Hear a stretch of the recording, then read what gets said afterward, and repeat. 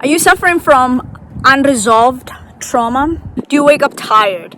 Do you wake up anxious? Is your heart palpitating? Do you have chronic fatigue, chronic pain, illnesses that doctors can't figure out?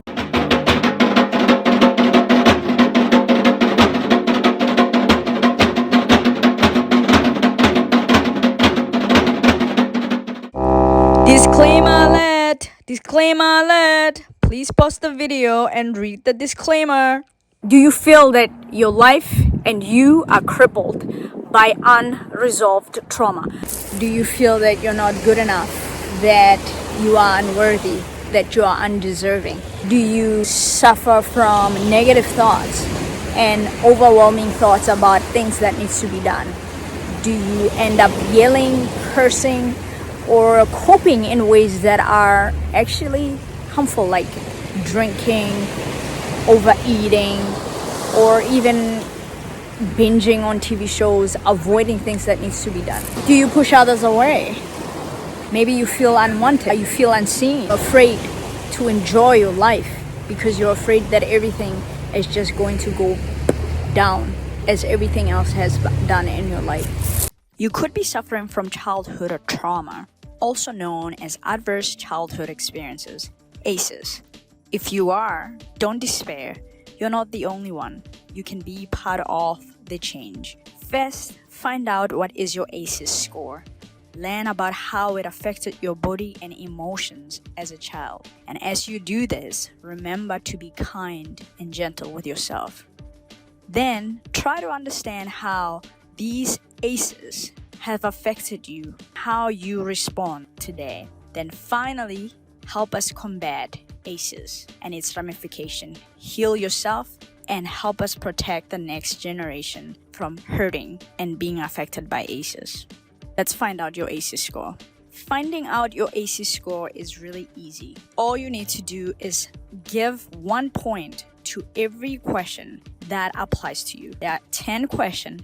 For every yes, you give that yes a 1. And at the end of these 10 questions, you add those numbers, and that is your ACEs score. Question 1.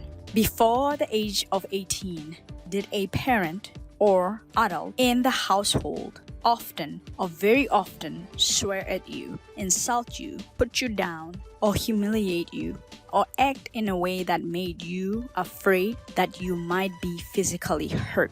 Question 2. Before the age of 18, did a parent or other adult in the household often or very often push, grab, slap, or throw something at you, or even hit you so hard that you had marks or were injured? Question 3.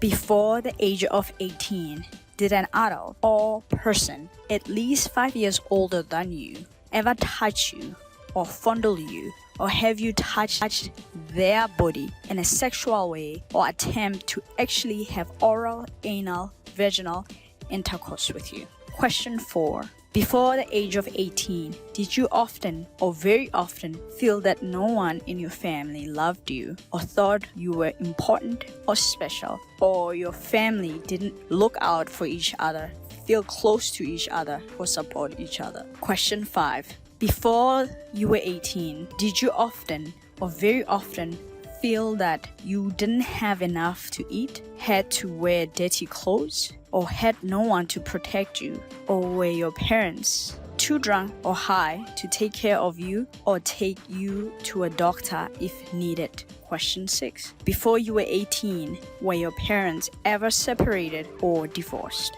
Question 7. Before you were 18, did a parent often or very often get pushed, grabbed, slapped, or had something thrown at him/her, or sometimes often or very often kicked, bitten, hit with a fist, or hit with something hard, or ever repeatedly hit over at least a few minutes, or threatened with a gun or with a knife by a domestic partner?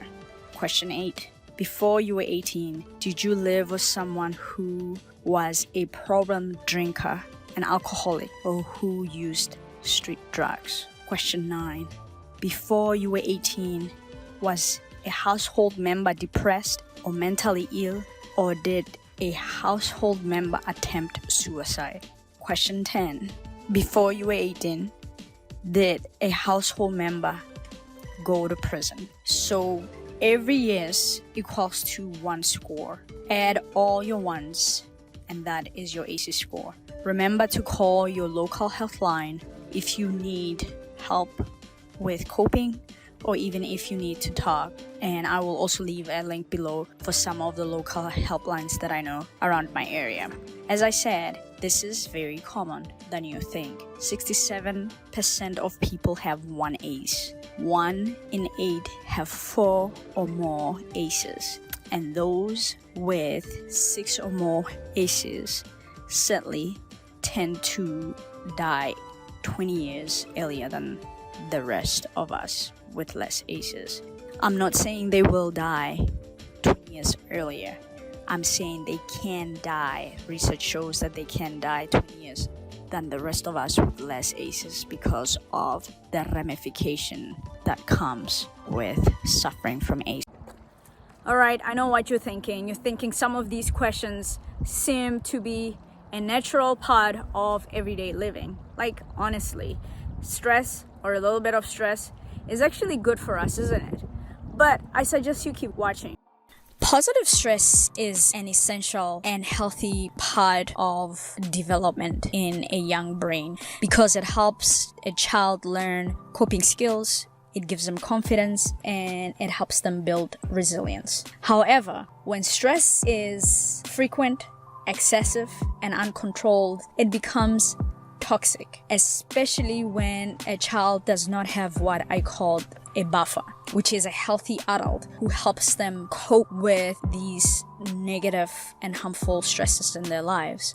Adverse childhood experiences, also known as ACEs, such as abuse of any kind, whether it's physical abuse, sexual abuse, verbal abuse, neglect, violence, parental depression or addiction, homelessness, and poverty, are toxic. And any of these ACEs in excess are very harmful to a developing brain. They can lead to negative and lifelong health and behavioral issues. These ACEs in early development can lead to social, emotional, and cognitive dysfunction. When a person has a high number of ACE score, they are at high risk of getting involved in risky sexual behaviors that can lead to them having STDs. They are at high risk of suicide.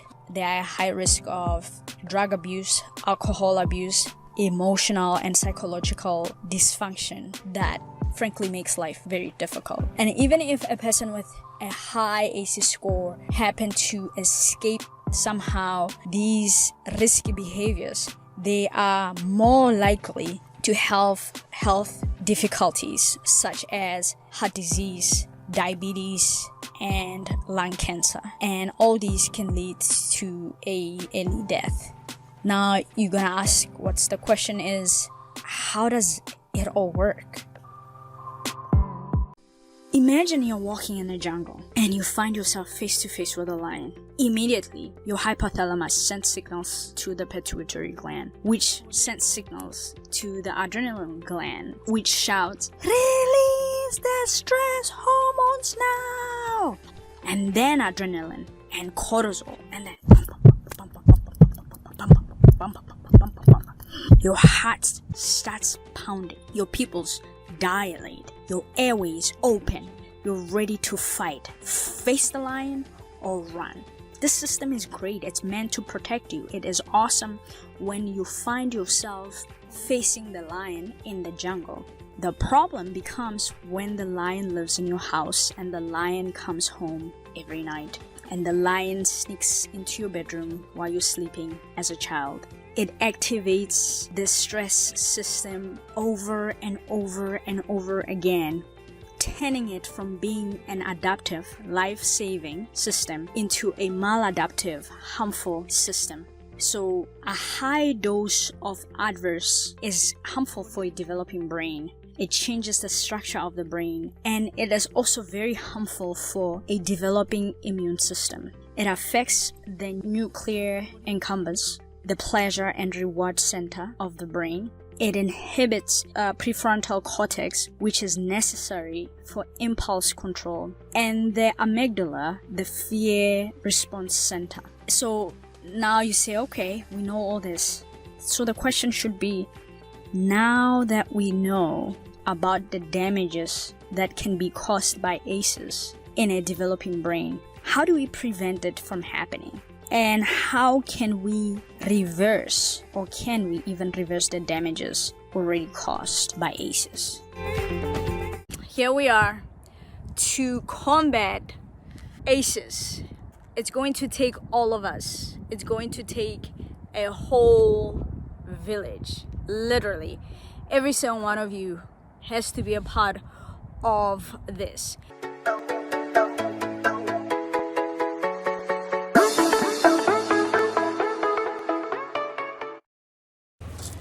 See you in the next video. Deuces.